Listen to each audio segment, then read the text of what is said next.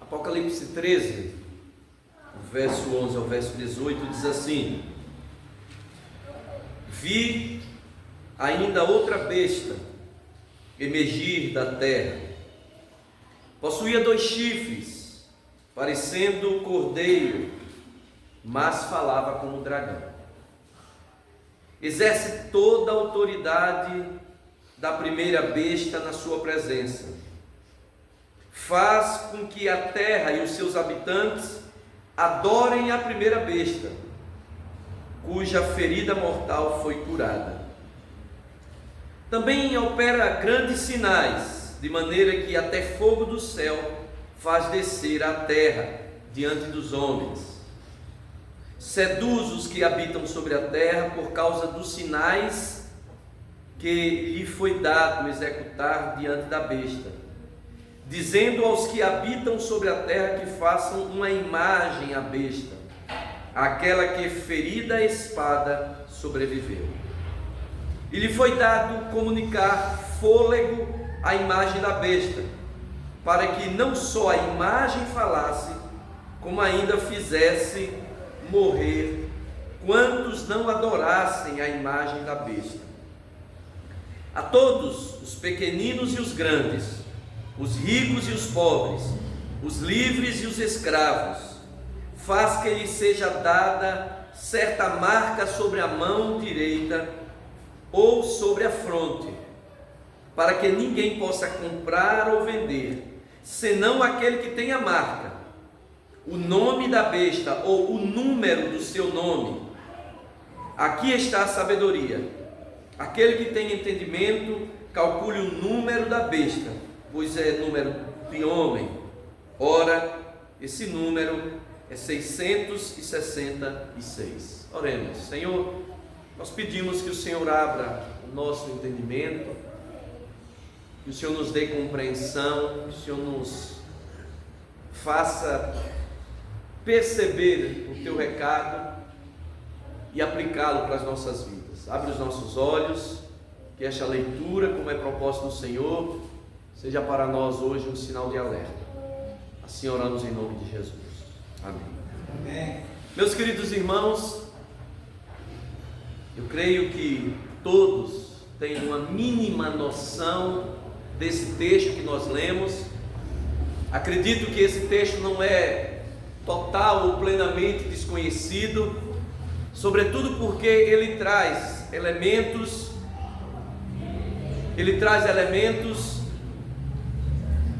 que se tornaram de certa forma até popular, sobretudo no meio cristão. A besta, os falsos milagres, e quem sabe nesse texto o mais popular de todos é justamente o número da besta, 666.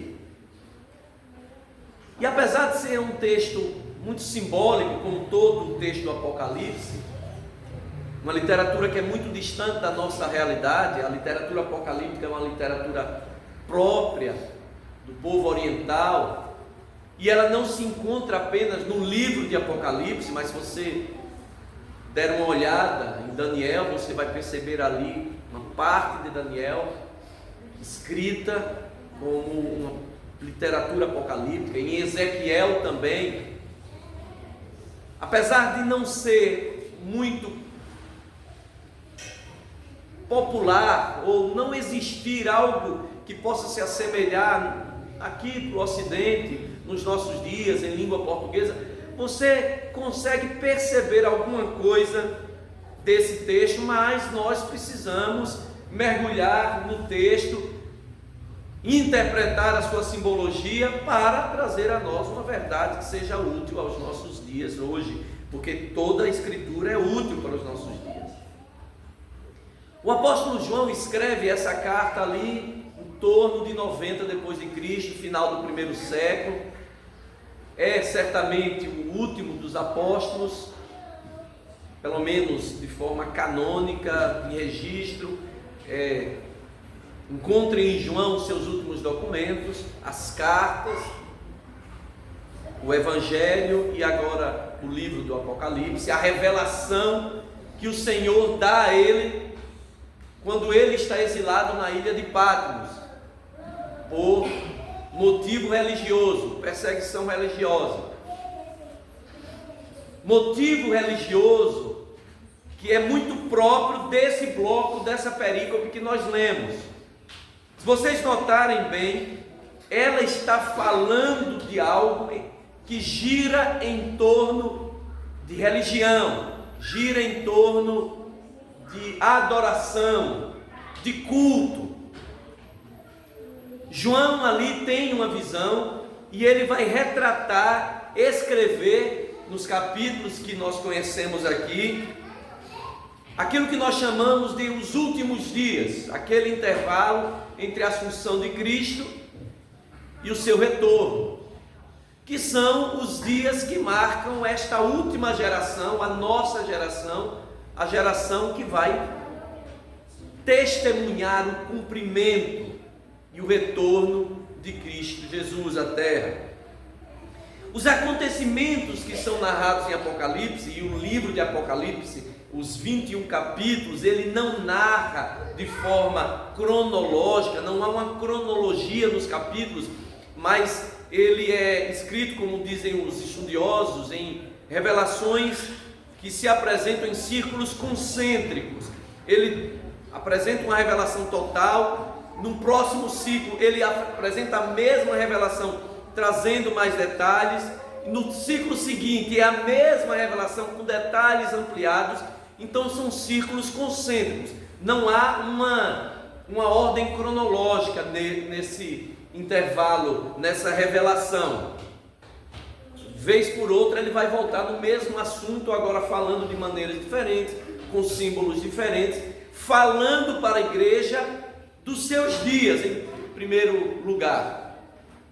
Mais uma verdade que até que Cristo venha, vai reverberando entre os povos. E os irmãos do primeiro século que recebem esta palavra, eles leram esta palavra e conseguiram identificar os elementos que João fala nos seus dias, de tal maneira que quando se fala em anticristo, eles identificavam a figura do anticristo, o próprio espírito, a motivação do anticristo no imperador, no César. Quando falava de tribulação, de perseguição, eles entendiam exatamente o que era aquilo, a grande tribulação, o fogo que chega, que abrasa. Eles viam na própria vida da igreja, a igreja sendo presa, perseguida, mais adiante lançada às feras, alguns sendo queimados. Quando falava de guerra, de rumores de guerra, eles viam tudo. O cenário estava ali claramente exposto diante dos olhos deles. Mas os séculos passaram e a cada momento os crentes que leram esse texto conseguiram ver aqueles elementos. Por exemplo, os nossos irmãos hoje que estão lá na África, na Eritreia, ou quem sabe lá na Coreia do Norte, clandestinos, ou em países islâmicos que perseguem cristãos, ou mesmo aqui na América, irmãos que veem as suas vidas correndo risco por causa de homens, líderes, que se levantam contra o Evangelho. Isso causa a prisão de muitos e a morte de outros. Não é estranho, se você puder acompanhar Missão Portas Abertas, você vai receber atualização de países que perseguem cristãos. Essa missão, ela vai ranqueando ano a ano quais são os países que mais perseguem, onde é mais difícil viver o Evangelho. Durante muitos anos Está lá, o país que mais persegue, por exemplo, 01 é Coreia do Norte. Isso pelos dados clandestinos que conseguem sair, sem considerar as coisas que a gente não sabe, o que é que está acontecendo ali naquele país ultra fechado. Mas o fato é que cristãos em todo o tempo leram o Apocalipse e entenderam que aquele livro era atualíssimo. Começaram a ver os sinais. E você vai concordar comigo que falar em guerra, em rumores de guerra, falar em filho matando pai, pai matando filho, falar em falsa pregação, falso evangelho, falar em perseguição aos cristãos, sempre houve. Mas lembre que João vai revelando o texto, os acontecimentos finais, numa perspectiva de círculos concêntricos. Eles sempre existiram, mas à medida que o dia se aproxima, eles vão sendo revelados de forma ainda mais intensa, e aí Jesus se aproxima e eles se revelam de forma mais intensa, e esses acontecimentos vão crescendo, até que todo aquele espírito do anticristo se encarne no anticristo. João mesmo já dizia: meus irmãos, ele já está entre vós, o espírito do anticristo já está entre vós, mas todo esse poder demoníaco, ele vai, segundo as escrituras, repousar sobre o homem, um homem da iniquidade, e aí se aproximará do fim. Nós também devemos ler esse texto a partir de toda essa perspectiva, de toda essa introdução que eu fiz, de que nós também precisamos estar atentos para perceber o que é que o livro de Apocalipse tem dito. E esse bloco, especificamente, que gera tanta curiosidade, ele precisa ser captado por nós hoje. O texto vai falar que emerge do mar uma besta com 2 chifres, parecendo um cordeiro, e que essa besta vai conduzir, ou tentar conduzir, as nações a uma falsa adoração da primeira besta, que terá poder para fazer até cair fogo do céu e seduzir os homens. E o número dessa besta é 666. Eu vou começar de trás para frente, do final do texto, para que nós entendamos todo o texto. Já preguei sobre isso, mas agora a perspectiva é diferente. 666 não é 666, aquele número que vem depois de 665, antes de 667. Aqui, na verdade, João, como judeu, está usando uma técnica que era comum na literatura hebraica para falar de algo que é superlativo. Por exemplo, Isaías, quando vai falar de um Deus que é santo, e essa santidade é superlativa, ele diz que Deus é santo, santo, santo. Ele não usa a expressão santíssimo, porque no hebraico não existe esse sufixo. Ele é santo, santo, santo, ou seja, ele é santíssimo. A mesma técnica é utilizada para escrever acerca da besta. É 6 o número dela, mas é 666, é algo superlativo. Então, captaram essa ideia. Besta aqui não é um monstro que vai sair do mar, um dragão imenso. Isso é simbólico. Besta é sinônimo de poder. Há algumas palavras na nossa língua que até se assemelham, mas a gente usa pouco. Alguém que é muito poderoso, que faz algo grandioso, que impacta. nós dizemos assim: Gustavo no teclado ele é bestial. A gente não usa, mas essa palavra existe. Não é que ele é besta, não. Pode até parecer, mas não é. Bestial, poderoso.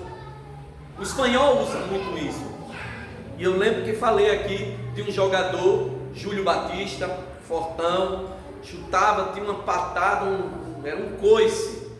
Os espanhóis chamavam ele de La Bestia, a força, o poder. Então besta aqui é um poder. Como esse poder vai ser exercido, nós não temos detalhes, mas aqui especificamente está falando de um poder religioso. Agora preste atenção, ele reforça essa ideia quando diz que ele parece um cordeiro com 2 chifres. Chifre era um símbolo de poder também. Toda vez que você vir na escritura aqui, sobretudo Apocalipse, essa imagem do chifre é imagem de poder. A gente pensa em chifre como um demônio, né? Não. O altar tinha os chifres. Quando alguém queria fugir da pena, tocava nos chifres do altar para pedindo misericórdia, poder. Mas esse poder é exercido como, João faz questão de dizer, ele se parece com um cordeiro. Quem é o verdadeiro e grande cordeiro? Jesus Cristo, o cordeiro de Deus. E aqui ele já começa a dar sinais, porque o número de Deus é 7 dentro dessa numerologia, e o número da besta é 6, estão próximos. Só que é 6, 6, 6. É como se fosse uma espécie de dízima periódica. 6, 6, 6, 6, 6. Vai se assemelhar muito, vai se aproximar muito, mas nunca vai ser o 7, não é isso? Ele está falando que esse poder é um poder que vai muito se assemelhar ao poder de Deus. Um poder capaz de gerar nos homens curiosidade e desejo de adoração. Um poder que, imitando o próprio Deus, faz até cair fogo do céu. Quem fez fogo do céu cair lá no Antigo Testamento? Elias. Quem mandou o fogo do céu? Yahvé, Deus. Quem fez tantos milagres no Antigo Testamento e no Novo Testamento? Jesus. Esse poder vai também fazer milagres.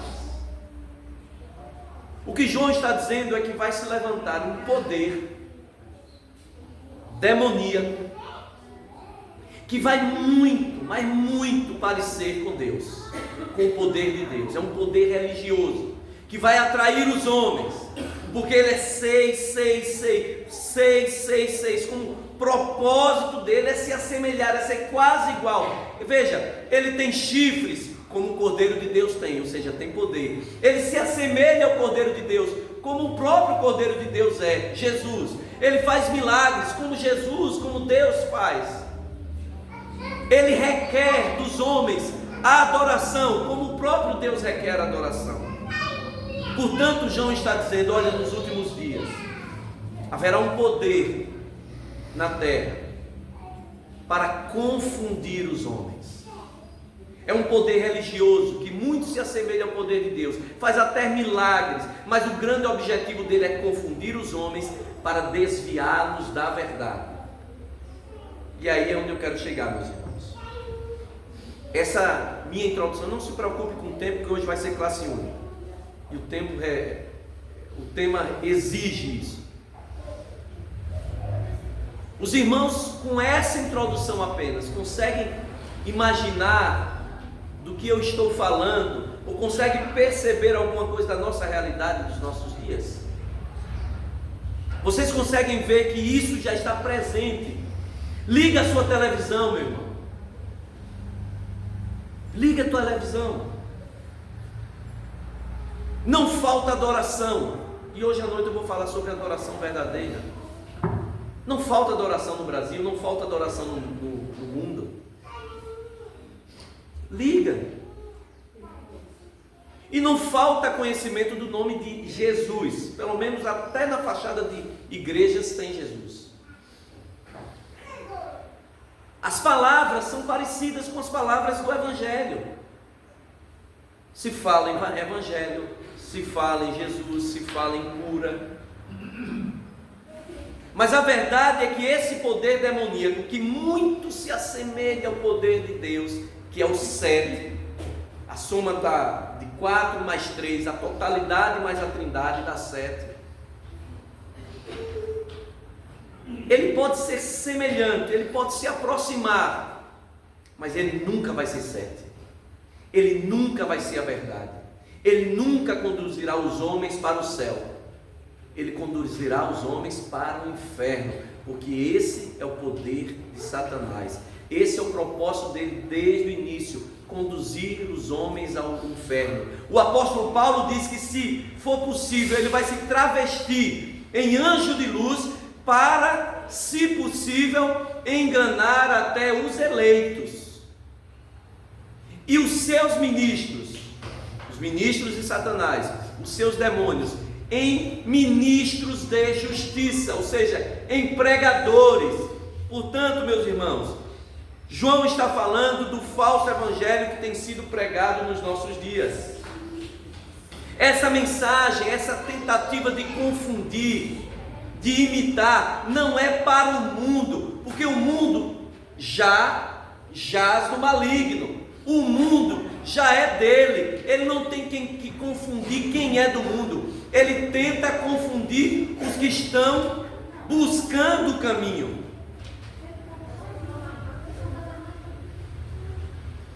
A ideia é essa. O que João fala aqui, e que nós nos impressionamos, nós temos até medo de colocar, se você for comprar uma casa e o número da sua casa for 666, eu tenho certeza que você vai pensar 2 vezes na hora de comprar. O que é uma bobagem. Pode comprar. O que João está dizendo aqui é que esse poder vai estar anunciando uma falsa verdade para enganar aqueles que estão buscando a verdade, aqueles que estão no caminho. E diz que ninguém vai subsistir, ninguém vai conseguir comprar ou vender, ninguém vai conseguir manter a sua vida se não estiver marcado com este número, onde? Na mão direita e na fronte. Eu lembro que quando preguei num outro contexto sobre isso, falei da nossa infância aqui, na minha infância, que sou muito jovem, né? Que não é a infância do seu Josias, uma distância muito grande. A infância do seu Josias foi em preto e branco, né? Um dia a menina perguntou: papai, eu vendo foto preto e branco assim, como é? Criancinha, como era? As coisas eram em preto e branco? Não, só as fotos. O céu era azul, né? Nos anos de seu Josias aí. Seu Josias, sim, eu sei que o senhor não tem vergonha. Quantos anos o senhor tem?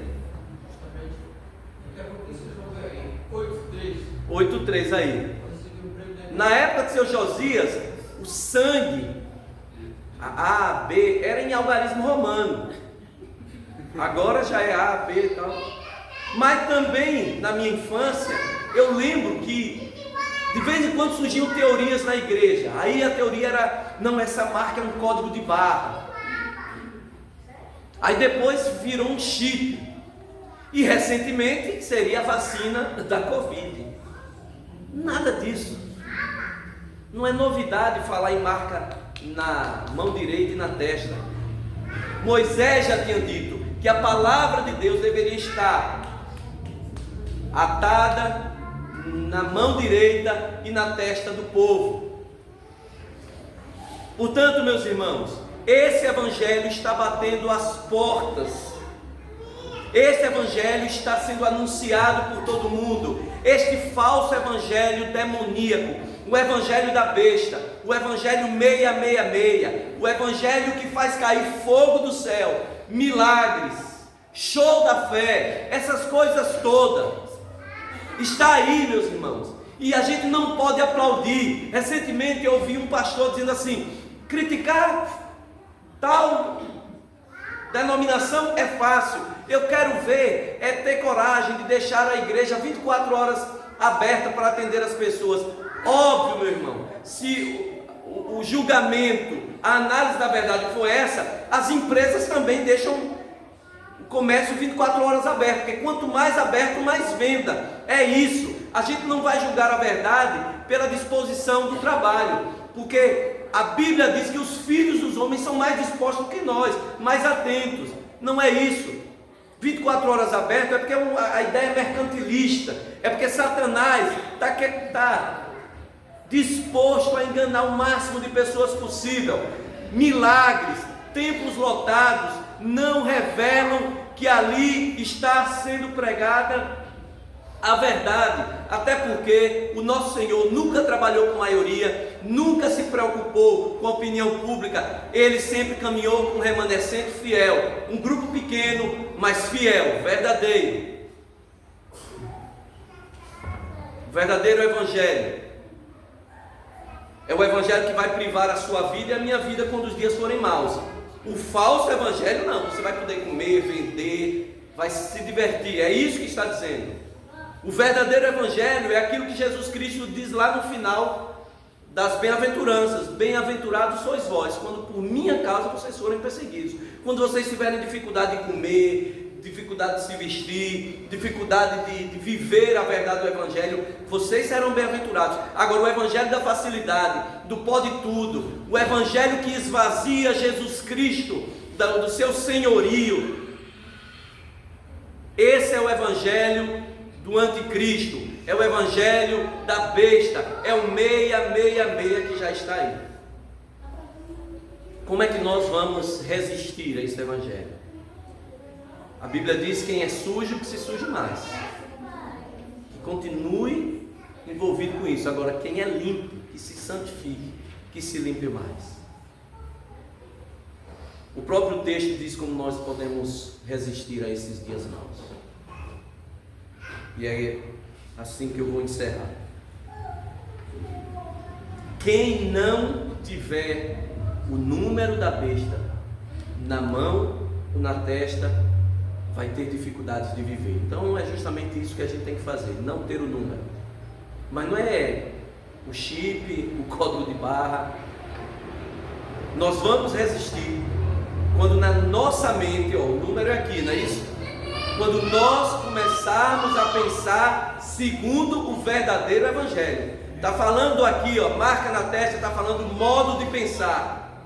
Você e eu precisamos, como diz o apóstolo Paulo, pensar nas coisas do alto. O falso evangelho pensa nas coisas da terra, não fala da eternidade. Transformou a perspectiva de um reino eterno em um reino terreno, em impérios ministeriais terrenos. Eles saqueiam as ovelhas para enriquecer os próprios bolsos e enganam esses tolos, fazendo com que eles pensem que tudo que eles precisam é aqui e agora, é material, é saúde, é riqueza, e desvia esse povo de olhar para a eternidade. O verdadeiro evangelho tem que cogitar não das coisas daqui, mas das coisas do alto. É isso que ele está dizendo. Quem tem o 666 cogita das coisas só daqui, quer a prosperidade, quer a riqueza, quer o aqui e agora, transforma o Senhor em servo. Eu determino. Esses dias eu estava vendo o pastor Jeremias da 8ª igreja dizendo: deixa de ser bobo, você não determina nem em casa. Eu quero ver você chegar em casa e dizer para sua mulher: eu determino que você venha fazer massagem nos meus pés agora. Você toma logo os 2 tapas da sua mulher. Você não tem nem poder para determinar para sua mulher, quer determinar para Deus? Ou então vai lá e diga para o seu cachorro: eu determino que agora você vai falar e não vai latir. Nem para o cachorro você tem poder para isso. Para o Deus do universo, você quer ter poder para determinar qualquer coisa? Não determina coisa nenhuma. Quem segue o verdadeiro evangelho, que é 7, o número de Deus, ele cogita das coisas do alto, ele tem a sua vida conduzida pelas coisas do alto. Mas quem segue o verdadeiro evangelho, que é 7, também tem o número 7 nas mãos, na mão direita, não é qualquer mão, destra, era sinal de serviço, fronte, pensamento, destra, serviço. Quem não se engana com o falso evangelho é aquele que está servindo ao rei verdadeiro, que está ocupando a sua vida para tornar esse rei verdadeiro conhecido. Satanás faz todo o esforço para enganar os homens, Aliás, esse é o trabalho dele. Deus pergunta para ele lá no livro de Jó: de onde você vem? De rodear a terra. Estou por aí, rodeando, tentando enganar os homens. Nós é que devemos rodear a terra. Nós é que devemos levar a mensagem do Evangelho a todos os povos, raças, tribos, línguas e nações. Nós combatemos o falso Evangelho, nos preparamos para o encontro falando de Jesus, fazendo missões, evangelizando. E eu já falei aqui, não é levar panfletinho apenas panfleto ali no Campos Elíseos, botar um banquinho, subir e ficar gritando que nem um doido. Evangelismo é muito maior, missões é muito maior. Não é recolher mantimento no final do ano e mandar para os Caiapó, Caxinauá, Caiuá. Isso não é missões, isso é caridade. A gente está dando inclusive resto. Eu até já brinquei, nós já fizemos campanha da goiabada para ele. Vamos dar goiabada. Eu fiquei imaginando, no próximo ano a campanha vai ser insulina. De tanta goiabada que a gente deu para os índios. No ano seguinte, até inclusive, não sei se é essa goiabada que andou matando muito índio lá, né? Lembra que teve um caso aí, inclusive com a missão Caiuá, que recebia verba pública, tal, não sei o que, ficou um negócio meio mal explicado para todo mundo, mas vamos fingir que a gente entendeu. Isso não é missões, não são nas missões. Missão é nós falarmos de Jesus a todo instante, aqui, lá no seu trabalho, mas também sustentarmos irmãos que Deus retira do nosso meio e manda para alguns lugares de modo específico, com preparação específica. Não pode ser algo estranho, é para nós estranho, mas não pode ser algo estranho. Quantos missionários você conhece pessoalmente? Quantos missionários saíram dessa igreja, estão fazendo missões no mundo? Eu conheço alguns, amigos meus, na África, em São Gabriel da Cachoeira, entre os Rúpida, lá no Uruguai, na fronteira com o Rio Grande do Sul, lá no Quirguistão, fazendo missões com novas tribos aqui no Brasil, ou com missão MEAP, missão de apoio aos pescadores ali no sul da Bahia. Meus irmãos, a gente precisa despertar. É pensar nas coisas do alto, mas é se envolver com as coisas do alto. Que Deus nos abençoe, porque esse falso evangelho 666, ele está se cumprindo. Eles estão rodeando o mundo para enganar os homens. Os templos estão lotados, eles estão buscando as pessoas e as pessoas estão indo lá. E enquanto isso, nós estamos como? Sentados confortavelmente aqui, domingo após domingo, cumprindo nosso rito religioso. Que Deus tenha misericórdia de nós. Que Deus tenha misericórdia de nós. Oremos. Te agradecemos, ó Deus, pela tua palavra. E pedimos que o Senhor nos ajude. Nós entendemos esta verdade, mas nós não podemos ser passivos diante dela. Nos ajuda, Pai. Nos ajuda a despertarmos, porque os dias são maus. E nós queremos ser contados com aqueles que vão ouvir o Senhor dizer: vinde benditos do meu Pai, tomai posse no reino que vos está preparado desde a fundação do mundo. Tem compaixão de vós, em nome de Jesus. Amém. Amém. Meus irmãos,